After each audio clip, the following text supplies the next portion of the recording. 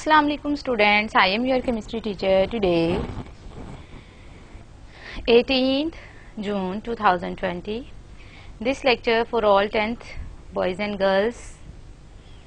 Topic जो आज हम लोग 10th चैप्टर का पढ़ेंगे वो है इंडिकेटर्स, पीएच मीटर और उसके numericals.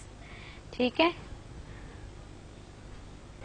The topics which will be discussed today. Indicators के इंडिकेटर्स क्या होते हैं, measuring pH of a solution.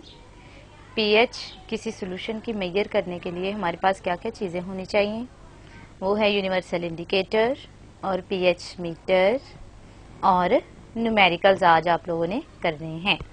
Chapter number 1 में है न्यूमेरिकल्स और चैप्टर नंबर 2 में है न्यूमेरिकल्स. बाकी पूरी जो है वो 10th की बुक में जो है वो न्यूमेरिकल्स नहीं है.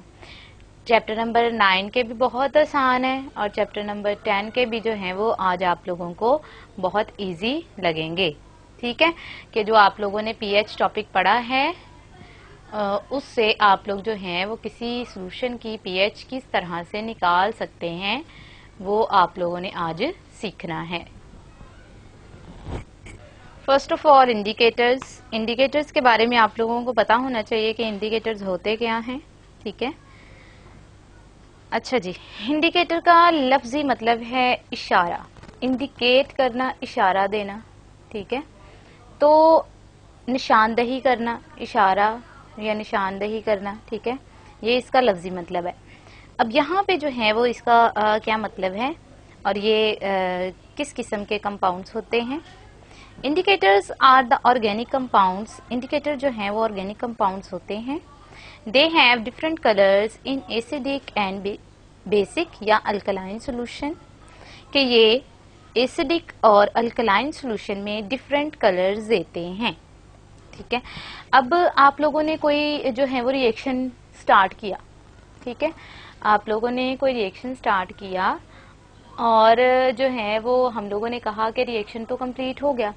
अगर वो रिएक्टेंट और प्रोडक्ट दोनों जो हैं वो आप लोगों के पास कलरलेस है तो आपको कैसे पता चलेगा कि आपका रिएक्शन जो है वो कंप्लीट हो गया है. आप उसमें इंडिकेटर डालेंगे. ठीक है, कि जैसे मैंने आप लोगों को बताया स्टार्ट में जो है वो मैंने आप लोगों को लिटमस के बारे में बताया था. तो लिटमस पेपर से जो है वो आप लोग के कोई चीज एसिडिक है या बेसिक है उससे आप उसकी निशानदही करते थे. ठीक है, जब तक आप लोग उससे जो है वो और निशानदही कैसे करते थे, वो कलर जो है वो चेंज कर देता था.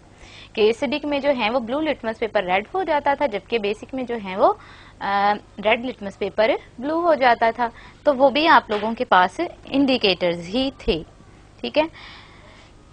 Litmus is a common indicator. देखिए अब जो है वो यहाँ पे एग्जांपल भी उसकी ही दी है कि ये लिटमस जो है वो ये कॉमन इंडिकेटर है. ये इसकी एग्जांपल है. It is red colour in acidic solution. कि ये एसिडिक सोल्यूशन में रेड कलर देता है जबकि and blue in alkaline solution, और अल्कलाइन सोल्यूशन में ब्लू कलर देता है. आपको मैंने दिखाया भी था कि किस तरह से देता है. अब इसकी एक्सप्लेनेशन क्या है. Each indicator has a specific colour in acidic medium. हर एक इंडिकेटर जो है वो एसिडिक मीडियम में स्पेसिफिक कलर देता है और बेसिक मीडियम में भी स्पेसिफिक कलर देता है. विच changes at the specific pH to an other color in basic medium. ठीक है, जैसा कि मैंने आप लोगों को कल बताया कि एक pH स्केल होता है जिसमें 7 जो है वो न्यूट्रल जो है वो pH है और 7 से और ये 14 जो है वो इसके ऊपर स्केल्स होते हैं. तो 0 से 7 तक जो है वो एसिडिक है जबकि 7 से 14 तक जो है वो आप लोगों के पास बेसिक है. तो यहाँ पे अब आप लोगों के पास कोई सॉल्यूशन जो है वो अब एसिडिक है तो जब वो किसी बेसिक नेचर में जाएगा तो उसकी पीएच जो है वो चेंज हो जाएगी. ठीक है, तो यहाँ पे यही बताया हुआ है. Each indicator has a specific colour in acidic medium which changes at a specific pH to another colour in basic medium, कि अगर वो बेसिक मीडियम में जाता है तो उसका कलर जो है वो चेंज हो जाएगा, क्योंकि उसकी पीएच जो है वो चेंज हो जाएगी। For example, phenolphthalein is colourless in strongly acidic solution. Phenolphthalein indicator जो है, ये एग्जाम्पल है, फिनोफ्थलीन इंडिकेटर जो है ये कलरलेस होता है in strongly acidic solution, acidic solution में ये कलरलेस होता है, and red in strongly alkaline solution, और अल्कलाइन सोल्यूशन में जो है ये इसका जो है वो रेड कलर होता है। उसके बाद आ जाते हैं पिंक जो है वो कलर होता है, रेडिश सा कलर होता है, लेकिन बाहिर हमें देखने में वो पिंक नजर आ रहा होता है।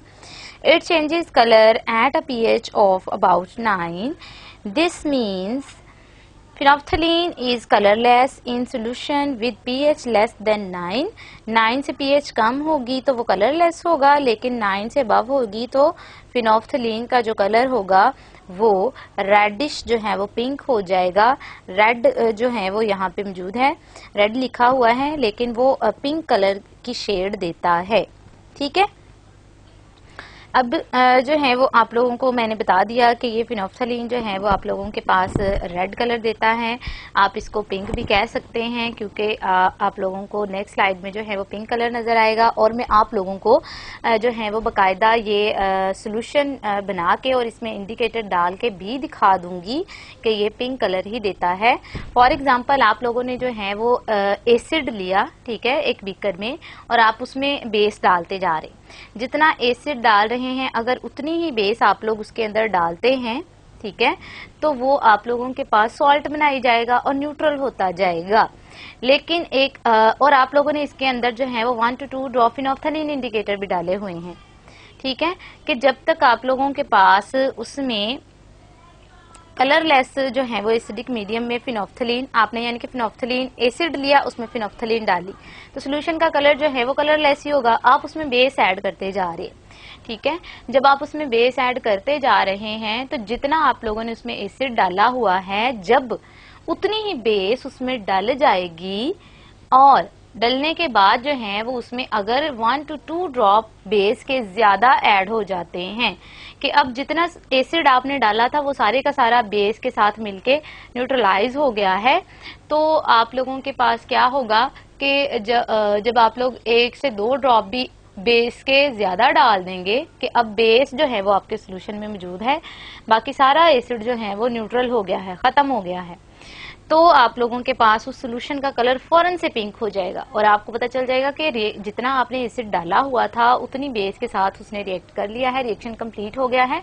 अब बेस जो है वो ज्यादा ऐड होती जा रही है।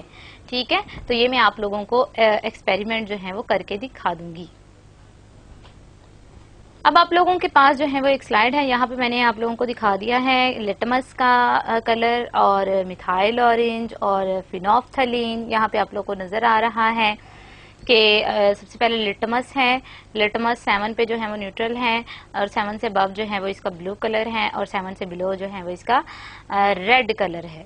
ठीक है, और उसके बाद मिथाइल ऑरेंज है, ये आप लोगों के पास जो है ये एसिडिक मीडियम में जो है वो आप लोगों के पास रेड है, जबकि आप लोगों के पास मिथाइल ऑरेंज 4 से जो है वो अगर बिलो होता है तो आप लोगों के पास इसका कलर जो है वो रेड होगा। 4 से बिलो होता है तो रेड होगा, 4 से अबव इसका कलर जो है वो येलो होता है। उसके बाद आ जाता है फिनोफ्थलीन। फिनोफ्थलीन जो है वो आप लोगों ने पढ़ लिया है कि 9 से जो है वो बिलो कलरलेस होगा, लेकिन 9 से अबव जैसे ही होगा तो इसका कलर जो है वो पिंक हो जाएगा। आपकी बुक्स के अंदर जो है वो रेड कलर लिखा हुआ है, लेकिन इसका कलर जो है वो देखने में पिंक होता है। ठीक है, तो ये जो है वो थोड़ा सा चेंज है। जो है वो डिफरेंट यूनिवर्सल इंडिकेटर्स टेबल में जो है वो यूनिवर्सल इंडिकेटर और एसिडिक मीडियम में उसका कलर, न्यूट्रल में कलर और अल्कली में कलर, सारा कुछ जो है वो इस टेबल में दिया हुआ है। आपने इसमें से जो है वो फिनोफ्थलीन, मिथाइल ऑरेंज और लिटमस के कलर जो है वो देखने हैं। ठीक है, अब आप लोग देख रहे हैं कि जो है वो आप लोगों के पास मिथाइल ऑरेंज जो है वो एसिडिक मीडियम में जो है वो उन्होंने कहा कि रेड कलर देता है, जबकि बेसिक जो है वो न्यूट्रल में जो है ये कलरलेस होता है और अल्कलिक मीडियम में जो है ये भी येलो होता है, जैसा कि मैंने आप लोगों को दिखाया। फिनोल्फ्थालीन इंडिकेटर जो है ये कलरलेस होता है एसिडिक मीडियम में, और न्यूट्रल भी ये कलरलेस ही होता है, लेकिन अल्कली में जो है वो इसका कलर पिंक हो जाता है। अब जो है वो ब्लू लिटमस और रेड लिटमस है, ये एसिडिक में जो है वो ब्लू लिटमस रेड हो जाता है, लेकिन न्यूट्रल में ये ब्लू ही कलर का होता है, और जो है वो अल्कली में भी ये ब्लू ही रहता है। रेड लिटमस जो है वो एसिडिक मीडियम में रेड ही रहता है, और यानी कि अगर आप रेड लिटमस जो है वो एसिड में डालते हैं तो वो रेड ही रहेगा, कुछ भी नहीं होगा। और न्यूट्रल जो है वो न्यूट्रल यानी कि अभी आपने उसको ना एसिड में डाला है ना बेस में डाला है, न्यूट्रल वो चीज़ है, तो उसका कलर जो है वो रेड ही होता है। लेकिन जब आप उसको बेस में डालेंगे तो उसका कलर जो है वो ब्लू हो जाएगा। ठीक है, अब नीचे जो है वो आप लोगों के पास एक और टेबल है जिसमें जो है वो हर एक का कलर और जिस पीएच पे वो कलर अपना चेंज करता है वो भी बताया हुआ है। तो ये आप लोगों ने इनके कलर्स भी अच्छे तरीके से याद कर लेने हैं कि एसिडिक मीडियम में कौन से कलर हैं और बेसिक मीडियम में कौन से कलर हैं, और जो है वो अल्कलिक मीडियम में अल्कलाइनिक मीडियम में जो है वो कौन से कलर हैं, और इनकी पीएच जो है वो आप लोगों ने ज़रूर याद कर लेनी है। ये एमसीक्यूज में पूछे जाते हैं। तीनों जो है वो कॉलम्स के एसिडिक मीडियम में भी कलर पूछा जाता है, अल्कलाइनिक मीडियम में पूछा जाता है, और पीएच भी पूछी जाती है कि किस पीएच पे जो है ये कलर चेंज करते हैं। ठीक है, तो ये आप लोगों ने टेबल को अच्छे तरीके से याद कर लेना है। बाद आ जाते हैं यूनिवर्सल इंडिकेटर पे। Some indicators are used as mixture, यानी कि कुछ ऐसे इंडिकेटर भी हमारे पास मौजूद हैं कि जो कि मिक्सचर के तौर पे यूज किए जाते हैं, कि उनका एक कलर नहीं होता, उसमें ज्यादा सारे जो हैं वो इंडिकेटर्स मिक्स कर दिए जाते हैं। अब जो है वो the mixture indicator give different colour at different pH, यानी कि आप लोगों के पास जो है वो एक इंडिकेटर यूज करेंगे तो वो एक पीएच पे ही कलर चेंज करेगा, लेकिन यहाँ पे क्या होता है कि ये जो है वो डिफरेंट कलर जो है वो डिफरेंट पीएच पे जो है वो देते हैं, कि आप इस एक इंडिकेटर को हर चीज के लिए इस्तेमाल कर सकते हैं। हर एक चीज के लिए जो है वो ये चाहे आप उसको एसिडिक में यूज करें, बेसिक में यूज करें, न्यूट्रल मीडियम में यूज करें, तो ये हर एक के लिए कलर देगा। ठीक है, एट डिफरेंट पीएच वैल्यूज, जो पीएच वैल्यू होगी उसके अकॉर्डिंग जो है ये कलर देगा। यहाँ पे जैसे आप लोगों को, जैसे आप पीएच पेपर लेने जाते हैं तो उसके ऊपर जो है वो बॉक्स के ऊपर भी इस तरह की एक जो है वो स्ट्रिप बनी होती है कलर्स की, जिससे आप लोग बाद में उसको मैच करके देखते हैं कि असल में आपके सॉल्यूशन का या आपकी चीज का जो है वो क्या पीएच है, क्या नेचर है। ठीक है, Hence it is used to measure the pH of a solution, और इसको हम लोग जो है वो किसी सोल्यूशन की pH को फाइंड आउट करने के लिए यूज करते हैं। Such a mixed indicator is called universal indicator. इस तरह के मिक्स्ड इंडिकेटर को हम लोग कहते हैं यूनिवर्सल इंडिकेटर और सिंपली पीएच इंडिकेटर के, यानी कि जैसे आप लोगों के पास लिटमस है, फिनोल्फ्थालीन है, मिथाइल ऑरेंज है, तो ये जो है वो हमें बताते हैं कि ये आप लोगों के पास एसिडिक मीडियम है या बेसिक मीडियम है, लेकिन यूनिवर्सल इंडिकेटर हमें बताता है कि आपके सॉल्यूशन की पीएच क्या है। ठीक है, तो फिर आप पीएच अगर आपको पता चल जाती है तो उससे आप लोग आसानी से जो है वो फाइंड आउट कर सकते हैं कि आपके सॉल्यूशन जो है वो, आपका सॉल्यूशन जो है वो एसिडिक मीडियम में है अभी या बेसिक मीडियम में है। ठीक है, the pH of a solution can be measured by dipping a piece of universal indicator. The pH यानी कि किसी भी सॉल्यूशन की पीएच जो है वो आप लोग मेजर कर सकते हैं यूनिवर्सल इंडिकेटर पेपर को उस सॉल्यूशन के अंदर डिप करके, तो बाहर निकाल लेना है, ड्राई कर लेना है, और फिर इस स्ट्रिप से जो है वो आप लोगों ने उसको मैच करना है कि उसका कलर जो है वो किस तरह का चेंज हुआ है। ठीक है, तो जो भी कलर इसके साथ मैच होगा वही उस सॉल्यूशन की पीएच होगी। ठीक है, तो ये होता है यूनिवर्सल इंडिकेटर। यूनिवर्सल इंडिकेटर आप लोगों के पास जो है वो चूंकि डिफरेंट कलर्स हैं, मैच भी हो सकते हैं, मिक्स हो सकते हैं, तो और एक और बात कि इससे आप लोग जो हैं वो सिर्फ जो है वो क्या उसको होल नंबर डिजिट में जो है वो पीएच फाइंड आउट कर सकते हैं कि किसी सॉल्यूशन की पीएच जो है वो 2 है, 3 है, 4 है, 5 है। आप लोग ये नहीं बता सकते कि आपके सॉल्यूशन की पीएच जो है वो 1.2 है, 2.3 है या 4.9 है, यानी कि आप लोग फ्रैक्शन में जो है वो वैल्यू पीएच यूनिवर्सल इंडिकेटर से फाइंड आउट नहीं कर सकते। ठीक है। तो उसके लिए हम लोगों ने क्या जो है वो साइंटिस्ट ने क्या इन्वेंट किया, वो है आप लोगों के पास पीएच मीटर, कि जिससे आप लोग किसी सोल्यूशन की जो है वो पीएच वो फ्रैक्शनल जो है वो पॉइंट्स में भी आप लोग जो है वो फाइंड आउट कर सकते हैं। The pH of a solution can be measured with a pH meter, कि ये दूसरा मेथड है जिसे आप लोग किसी सोल्यूशन की पीएच जो है वो मेजर कर सकते हैं, और ये ज्यादा एप्लीकेबल और ज्यादा वैल्यूएबल जो है वो मेथड है, और इसमें एक्यूरेसी भी ज्यादा होती है। It consist of a pH electrode connected to a metre.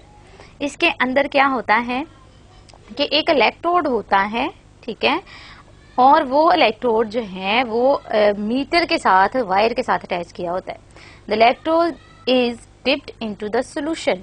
जिस सॉल्यूशन की आप लोगों ने पीएच निकालनी है, फाइंड आउट करनी है, उस इलेक्ट्रोड को जो है वो आप लोगों ने उस सॉल्यूशन में डिप कर देना है, ठीक है, जैसा कि आप लोगों को सामने नजर भी आ रहा है।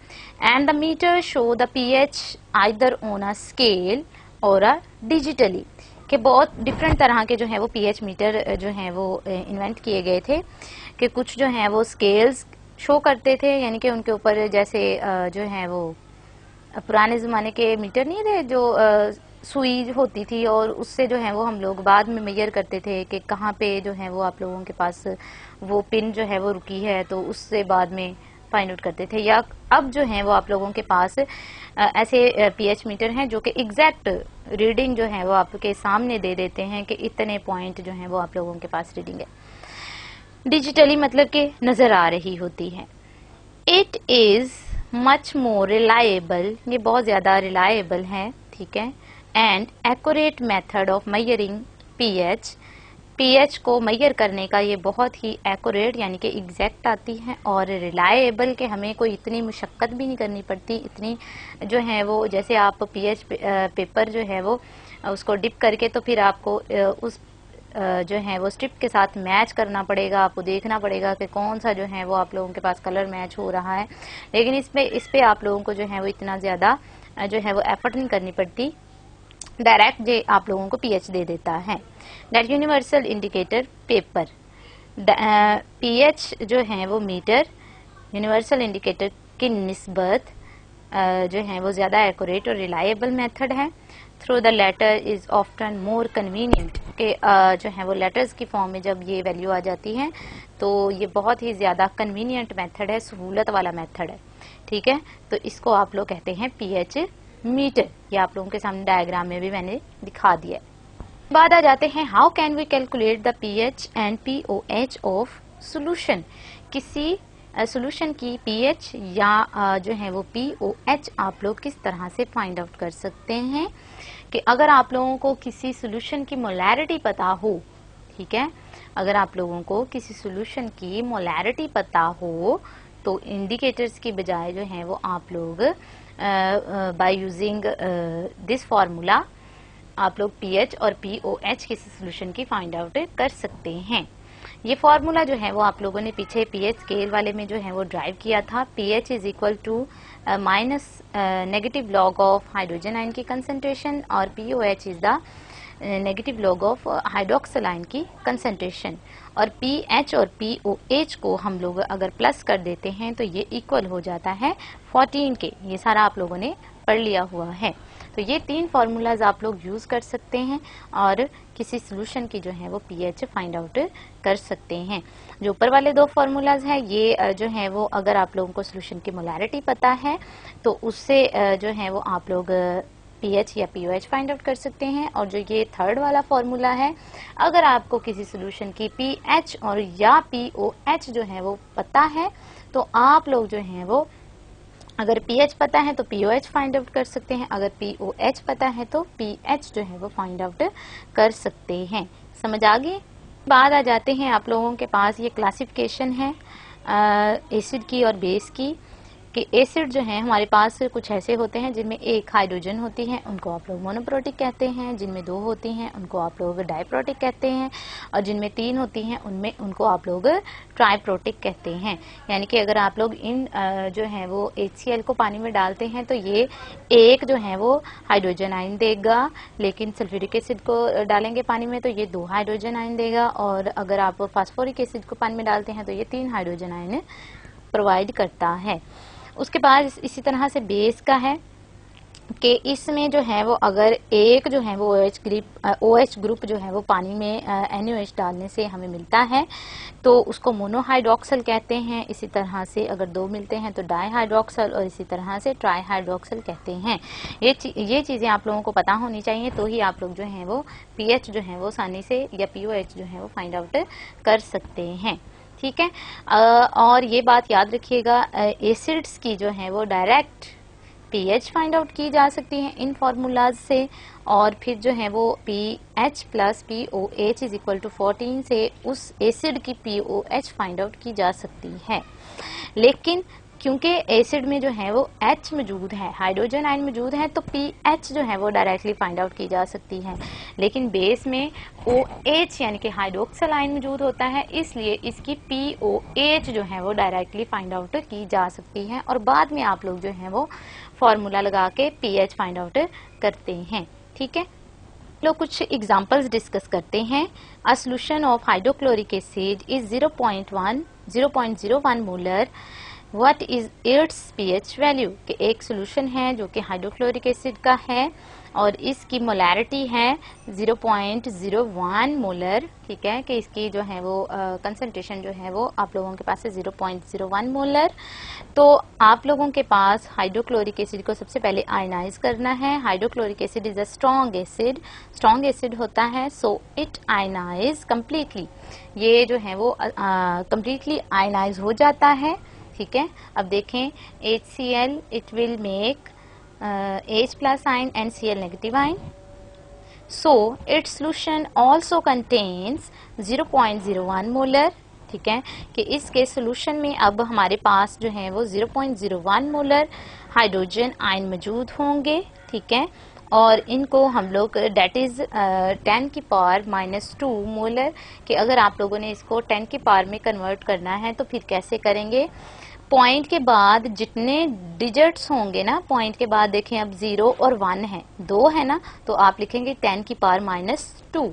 अगर इसी तरह से 0.001 होता तो 3 जो है वो डिजिट्स होने थे, तो उसको आप लोग लिखते 10 की पावर -3, लेकिन यहाँ पे पॉइंट के बाद 2 हैं तो हम लिखेंगे 10 की पावर -2। अब चूंकि ये एसिड है हमें पता है, इसलिए हम लोग जो है वो इसकी जो है वो pH निकाल सकते हैं directly. pH is equal to negative log of hydrogen ion की कंसंट्रेशन। अब आपने सिंपल इसके अंदर जो है वो वैल्यू पुट करनी है। H प्लस की जगह आपने 10 की पावर -2 जो है वो आप लोगों ने कैलकुलेटर पे अब क्या करना है, कैलकुलेटर पे आपने माइनस प्रेस करना है, लॉग प्रेस करना है, या जो है वो एंटी लॉग भी डायरेक्टली ले सकते हैं। माइनस प्रेस करना है, लॉग प्रेस करना है, और उसके बाद जो है वो 10 की पावर -2 प्रेस करना है, तो आपके पास आंसर आ जाएगा 2। और दूसरा तरीका क्या है, दूसरा तरीका यानी कि अगर आपने 10 की पावर में नहीं कन्वर्ट करना, अगर आप लोगों को 2 नंबर का क्वेश्चन आता है तो आपको 10 की पावर में कन्वर्ट करना पड़ेगा, लेकिन अगर आपको MCQs आता है तो आपको इतनी जो है वो मुशक्कत करने की ज़रूरत नहीं है। तो आप लोगों ने सिंपल क्या करना है कि आपने जो वैल्यू आप लोगों को दी हुई है 0.01, आपने सीधा सीधा उसका ही जो है वो माइनस लॉग ले लेना है, नेगेटिव लॉग और उसके आगे लिखना है 0.01, तो भी आंसर जो है वो 2 ही आएगा। ठीक है, जो मैंने ब्लू में लिखा हुआ है ये आपने 2 नंबर के शॉर्ट क्वेश्चन में नहीं लिखना, लेकिन अगर आप MCQs हल करना चाह रहे हैं तो आपने नेगेटिव लॉग 0.01 सीधा ही कैलकुलेटर पे वही वैल्यू लिख के तो आपके पास आंसर आ जाएगा। अब ये तो था आप लोगों के पास मोनोप्रोटिक एसिड के इसमें एक ही हाइड्रोजन आयन है, तो इसका सीधा सीधा मेथड है, जो वैल्यू आप लोगों के पास है डायरेक्टली आपने उसका जो है वो नेगेटिव लॉग ले लेना है।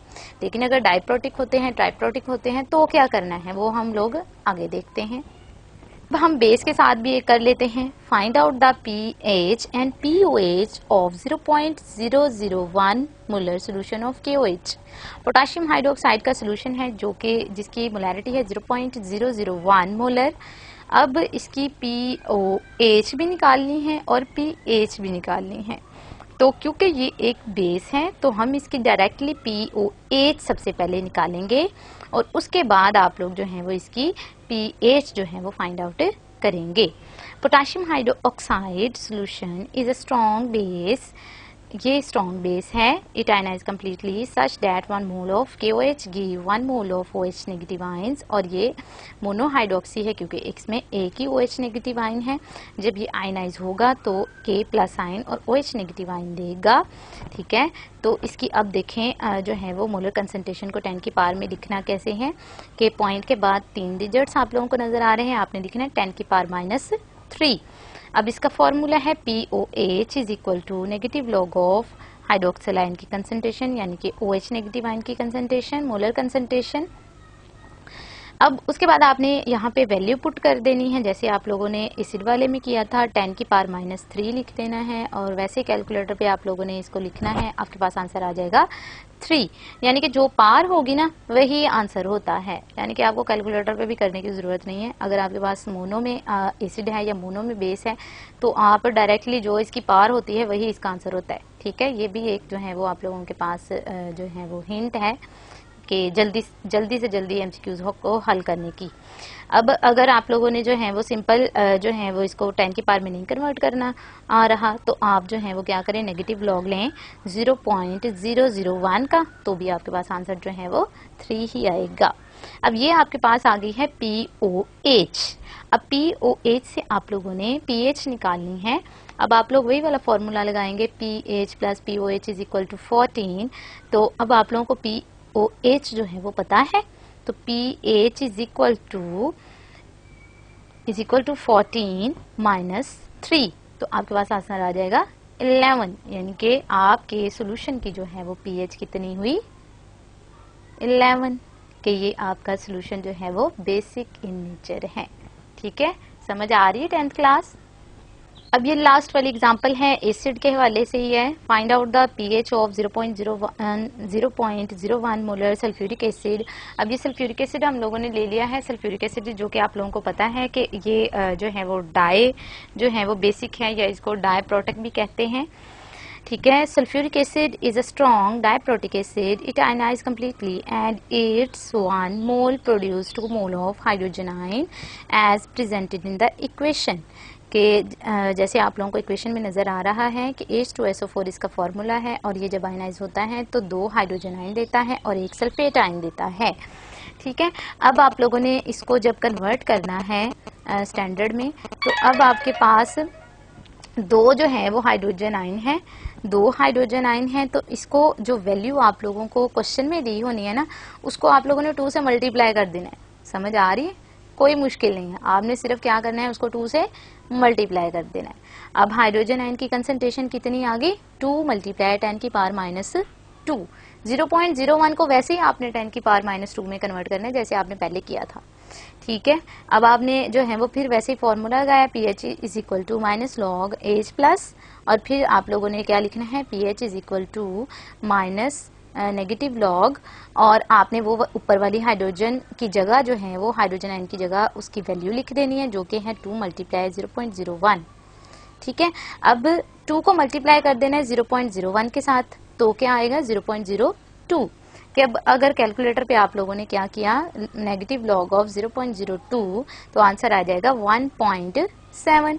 ये है डायरेक्ट मेथड जो मैं आपको सिंपल वाला बताती हूँ। ठीक है, एमसीक्यूज के लिए 2 नंबर के क्वेश्चन के लिए आपने इस तरह से नहीं करना, लेकिन अगर किसी बच्चे को दूसरा ना समझ आए मेथड तो वो 2 नंबर के लिए भी इस तरह से कर सकता है। ठीक है, दूसरा मेथड है जो कि आपकी बुक के ऊपर मौजूद है। ठीक है, आपकी बुक पे 3 एग्जांपल्स हैं, ये वही 3 एग्जांपल डिस्कस की गई हैं। तो जो आप लोगों ने 2 नंबर के लिए करना है और जो आपकी बुक पे मौजूद है वो किस तरह से है, वो भी सेम ऐसे ही है। जो है वो हाइड्रोजन आयन की कंसंट्रेशन तक जो है वो सेम वैसे ही लिखा हुआ है, बल्कि पीएच के फॉर्मूले तक वैसे ही लिखा हुआ है। ठीक है, अब आप लोगों ने करना क्या है कि नेगेटिव लॉग ऑफ 2 मल्टीप्लाई 10 की पावर -2, ये हाइड्रोजन आयन की कंसंट्रेशन लिख दी आपने। सिर्फ लास्ट वाली 3 लाइंस जो हैं वो आप लोगों ने चेंज करनी है। क्या करना है, नेगेटिव लॉग ऑफ 2 यानी कि ब्रैकेट खोल देनी है आपने, फिर नेगेटिव लॉग ऑफ 10 की पावर -2। ठीक है, अब जब आप लोगों ने जो है वो इसको करना है, नेगेटिव लॉग ऑफ -2 का आंसर आएगा 2। जो मैंने सिंपल 2 जो है वो लिखा हुआ है ना नेगेटिव लॉग 2 के नीचे, ये नेगेटिव लॉग 2 का आंसर नहीं है, ये नेगेटिव लॉग 10 की पावर -2 का आंसर है।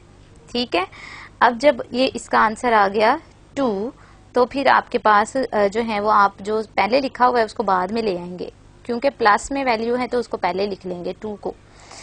तो 2 माइनस नेगेटिव लॉग ऑफ 2, अब आपने कैलकुलेटर पे नेगेटिव लॉग 2 निकालना है तो वो होता है 0.3। अब 2 माइनस 0.3 इज इक्वल टू 1.7, तो भी आंसर आपके पास क्या आएगा 1.7। समझ आ गई? तो ये इस तरह से जो है वो आप लोगों के जो है वो न्यूमेरिकल्स हल होने हैं। आपकी एक्सरसाइज के एंड पे भी जो है वो दिए हुए हैं, उनको भी हल करने की जरूर जो है वो कोशिश कीजिएगा। ठीक है, हाइड्रोजन आयन जो है वो एसिड्स के होते हैं और हाइड्रोक्सिल आयन जो है वो बेसिस की होते हैं। ठीक है, थैंक यू 10th क्लास।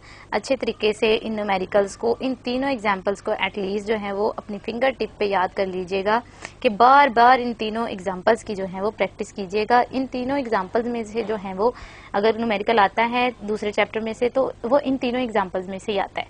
ठीक है,